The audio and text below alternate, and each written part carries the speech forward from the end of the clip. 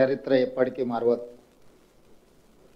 ఆనాడు తెలంగాణ ఉద్యమం ఉధృతంగా సాగుతున్న సమయంలో రాష్ట్ర ఏర్పాటు ఆలస్యం అవుతుంది అని చర్చలు జరుగుతున్న సందర్భంలో బొగ్గు ఉత్పత్తి మొత్తాన్ని స్తంభింపజేసి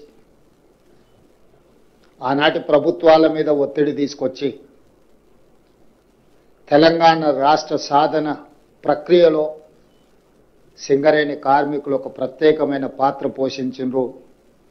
దాన్ని మా ప్రభుత్వం మా పార్టీ ఎప్పుడూ వారి యొక్క భాగస్వామ్యాన్ని గుర్తిస్తూనే ఉంటుంది. అదేవిధంగా గోదావరి పరివాహక ప్రాంతంలో ఉన్న సింగరేణి బొగ్గు గనులు ఈ దేశానికి జాతికే వెలుగులను అందిస్తున్నాయి. ఈ దేశంలో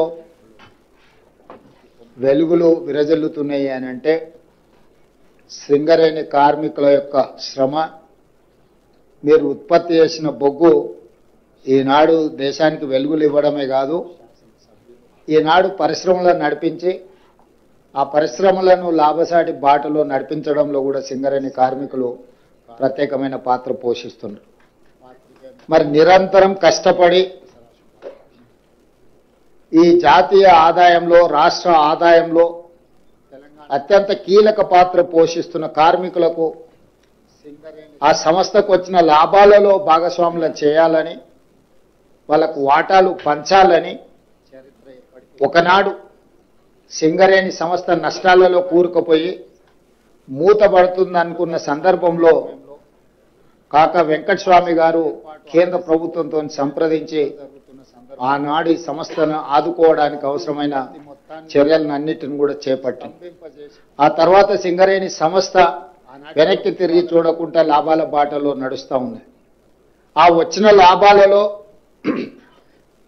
శ్రమశక్తిని నమ్ముకున్న కార్మికులకు వాటాలు పంచాలని మన ప్రభుత్వం నిర్ణయం తీసుకొని ఈరోజు మిత్రులు బట్టి విక్రమార్క గారు ఒక మంచి ఆలోచనతోటి కార్మికులను అభినందిస్తూనే కార్మికులకు బోనస్లు పంచుతూనే భవిష్యత్ పెట్టుబడులకు కూడా ప్రణాళిక, భవిష్యత్ తరాలకు సింగరేణి సంస్థను అందించాలంటే భవిష్యత్ ప్రణాళికలు ఉండాలి, సంస్థ విస్తరించాలి, వివిధ రూపాలలో కార్పొరేట్ కంపెనీలతో పోటీ పడే విధంగా ఈ సంస్థను బలోపేతం చేయడానికి ఎన్నో చర్యలను వారు చేపడుతున్నారు. అందులో భాగంగానే లాభాలు 6,394 కోట్లు 2024-25 సంవత్సరానికి లాభాలు వస్తే అందులో కార్మికులకు పంచడానికి దాదాపుగా వారు 4,034 కోట్ల రూపాయలు ఈరోజు వారికి కేటాయించడానికి ముందుకు వచ్చిండ్రు. అదేవిధంగా భవిష్యత్ పెట్టుబడుల కోసం కూడా 2,360 కోట్ల రూపాయలు వీటిని కూడా వారు ఈరోజు భవిష్యత్ పెట్టుబడుల కోసం 4,034 కోట్ల రూపాయలు, కార్మికులకు బోనస్లు పండుగ సందర్భంగా ఇవ్వడానికి 2,360 కోట్ల రూపాయలు, ఇవి 41,000 పర్మనెంట్ కార్మికుల కోసం ఈ బోనస్. అదేవిధంగా సింగరేణిలో ఉన్న